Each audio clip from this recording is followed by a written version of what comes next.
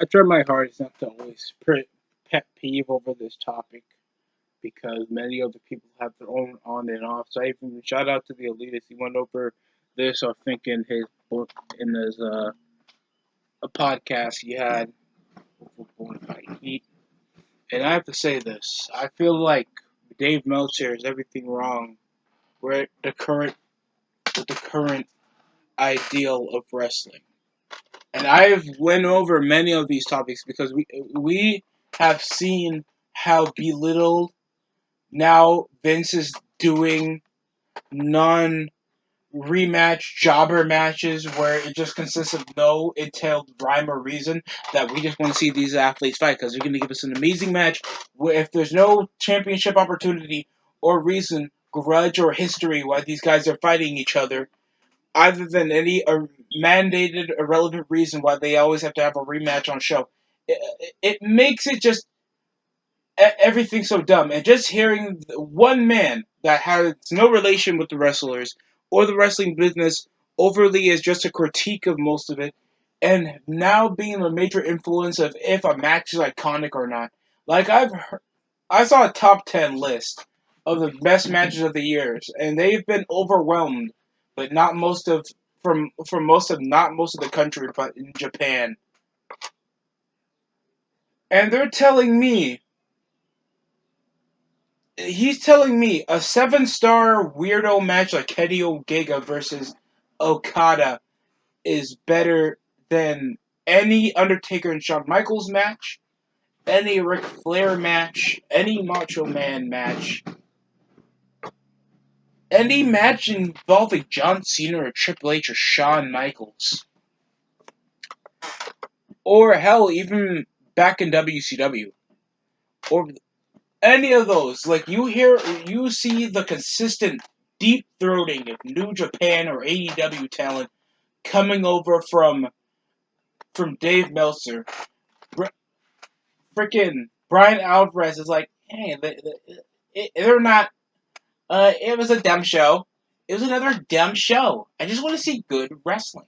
It was like, you know how boring that sounds, bro.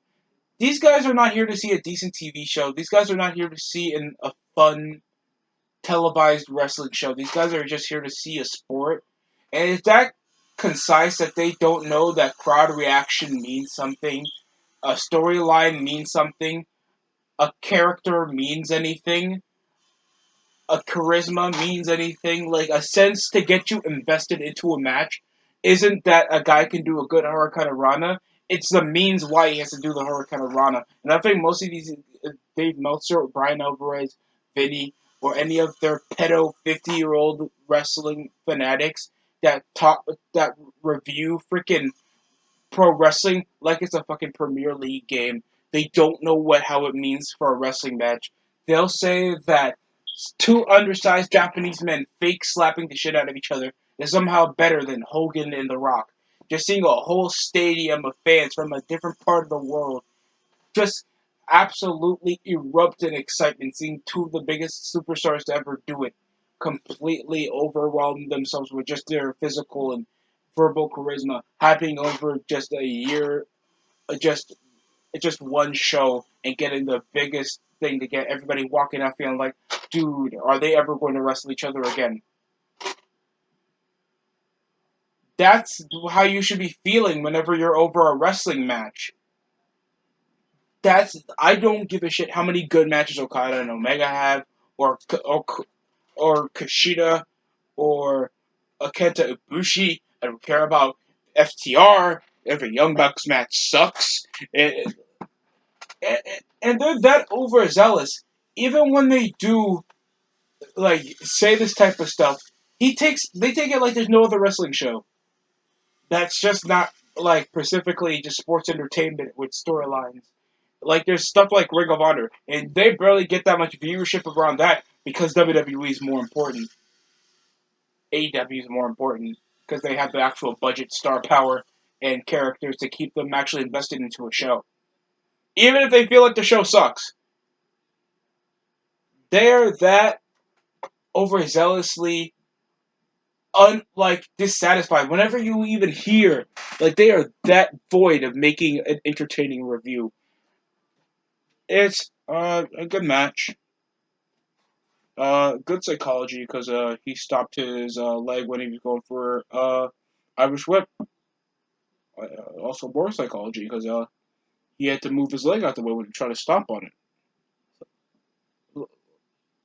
it. He sold his leg when he did a superplex from the top, even though his leg was injured for most of the show.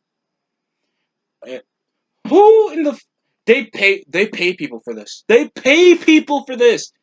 You have to pay to watch them review something that's already perceived fake, because it is. Sports is already as real as it can get, so I can get paying $5 to get all the sports podcasts, radio shows, news reports, all on ESPN because it's sports. Uh, you can't say the same thing about pro wrestling.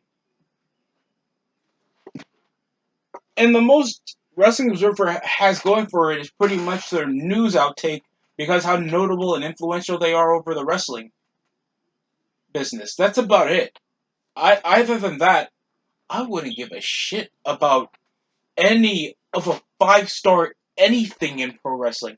If a match is good, a match is good. If a match is bad, if a match is bad, and it's perceived bad off the preference. And whenever most of these smart marks even watch, like, actually is like, oh, the match got to be good because Dave Meltzer rated a 5-star. And then whenever I see people actually write over the match, they'd be like, what is he talking about? What in the match did he find good anyway?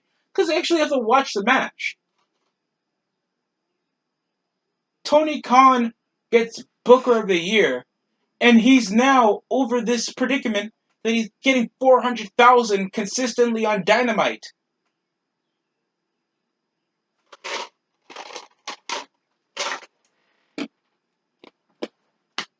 I don't get it. I don't get these excuses. I don't get why Wrestling Observer even exists overly as a whole. This is this is something that I feel like should never exist. And when it comes to talking about something like pro wrestling, it's already conceded that it's a fake sport full of half-naked weirdos beating the shit out of each other. Why do you have to bring up these young guys' egos of rating a match? Shouldn't the accolade come to more people watching, not one person rating it? That should be the biggest positive. But Punk and The Rock Punk and Cena had 5 stars. There was botches all over the place. It went to a mixed finish, and they know Punk was coming back anyway. All to just get Punk over, and it was 5 stars. Match wasn't even that iconic, guys. There's a difference between a good match and an iconic match. Cena and Punk had a good match. Whenever we're estimated now over most of the wrestlers that we have now, is because they're good wrestlers and they had the accolades of winning belts from the indie scene.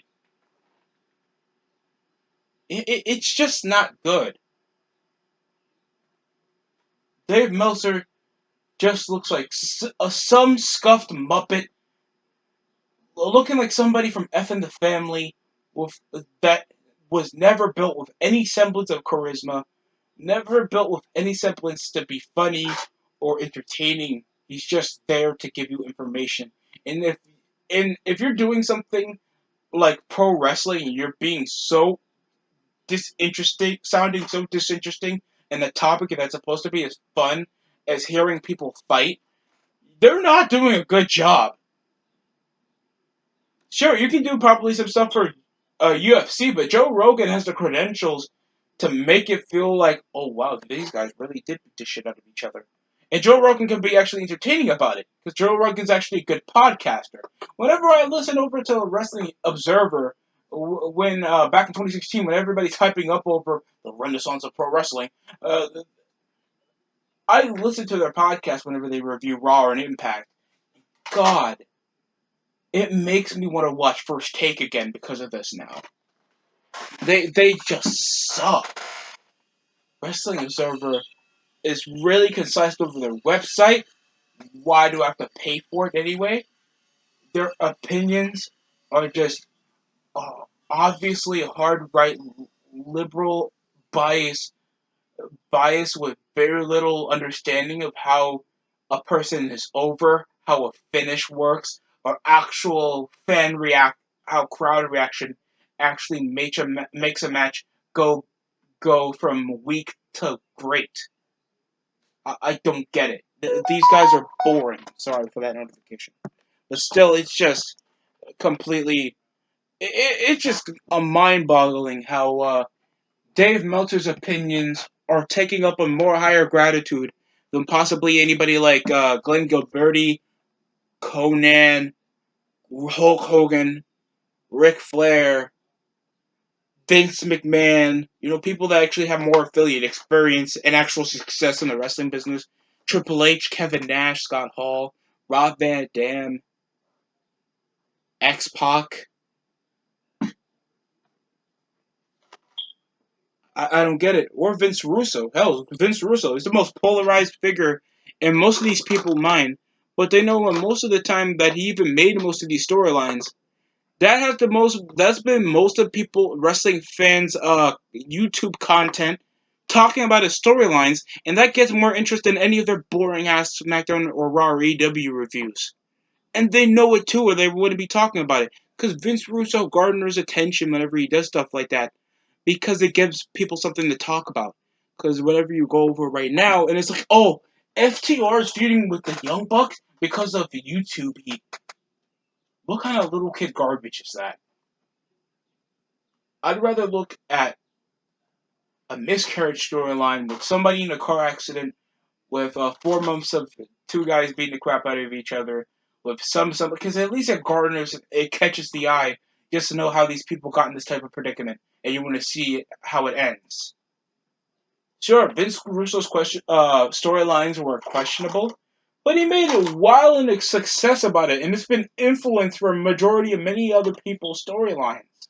You can't deny that. Yeah, the guy's still a good podcaster. You can go over to his channel. I like hearing Stevie Richards and I forgot who the other bearded dude talk. Sometimes Disco Inferno's there. They actually have nice, experienced conversations about any other topic. Uh, Also including pro wrestling. There's actual people that can actually be entertaining and be informal at the same time. A Wrestling Observer is not that. So that's it coming from me. Thanks for watching. Someone please help wrestling. If Raw goes under 1 million, I don't know what I'm gonna do.